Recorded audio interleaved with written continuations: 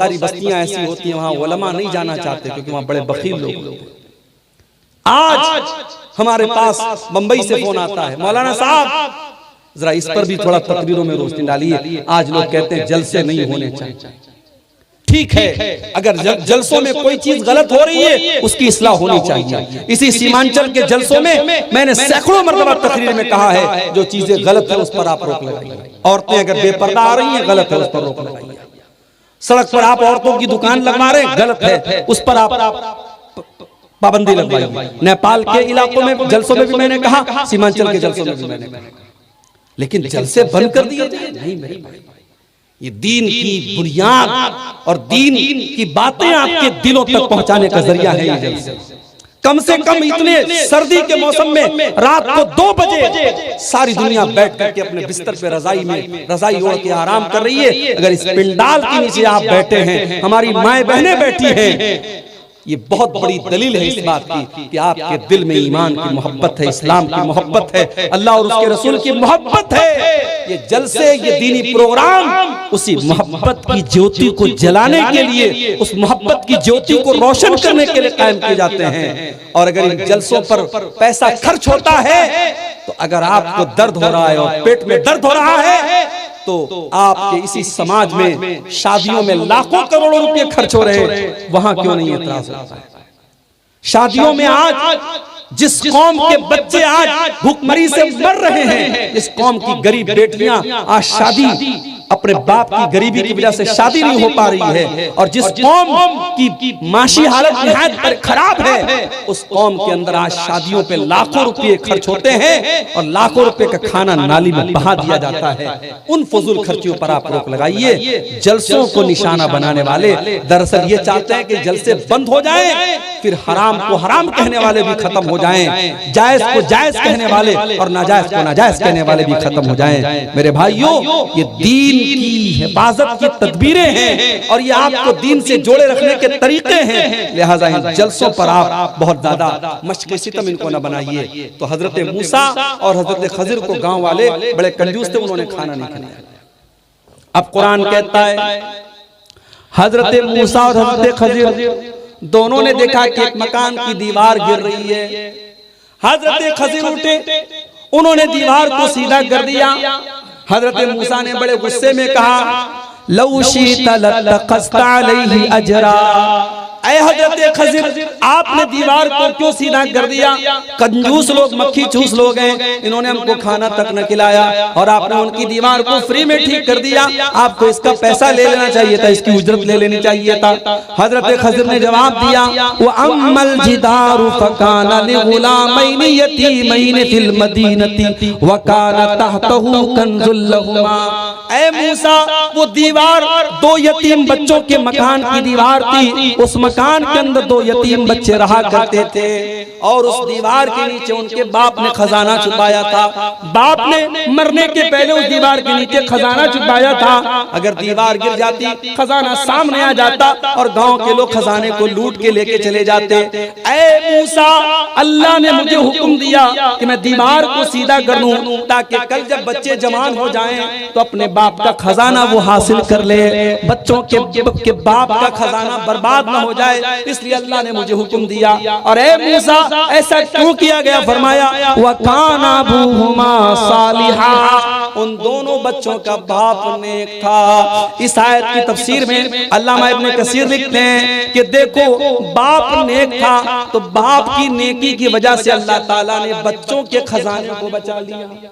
बच्चों का खजाना अल्लाह ने बचा लिया सिर्फ इसलिए क्योंकि बाप नेक था। मेरे भाइयों, अपने आप को नेक बनाओ, आपकी औलाद का भविष्य सुरक्षित हो जाएगा, आपकी औलाद का मुस्तकबिल महफूज हो जाएगा।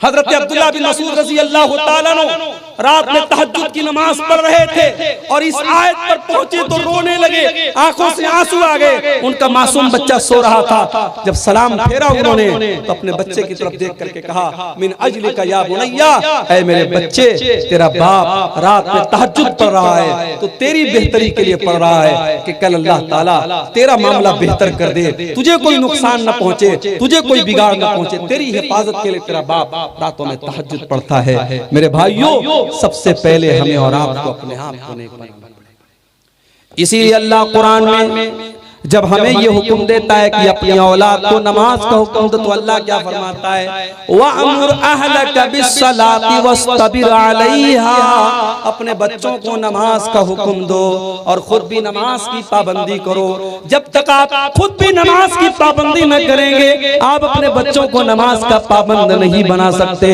मेरी प्यारी माओ बहनों, जब आप अपने घर में नमाज पढ़ने के लिए खड़ी होया करो, तो अपनी जवान बच्चियों से भी कहा करो तुम भी नमाज पढ़ा करो। अपनी 7 साल की 8 साल की बच्ची को भी नमाज के लिए खड़ा किया करो। मेरे भाइयों, जब आप मस्जिद में जाया करो, अपने 8 साल के बच्चे की उंगली पकड़ के भी लेके जाया करो। अल्लाह के नबी फरमाते हैं, मुरु औलादकुम बिस्सलाति वहुम अबनाउ सबई सिनीन, जब तुम्हारे बच्चे 7 साल के हो जाए तो उनको नमाज का हुक्म दो, और जब तुम्हारे बच्चे 10 साल के हो जाए और नमाज न पढ़े तो उनकी पिटाई करो। औलाद की तरबियत। आज हमारे यहाँ बाप मरने लगता है तो वसीयत करता है। क्या वसीयत करता है? बेटा मैंने ये जमीन छोड़ी, ये जायदाद छोड़ी, ये प्रॉपर्टी छोड़ी, इसका ऐसे बंटवारा कर लेना, इसका ऐसे बंटवारा कर लेना।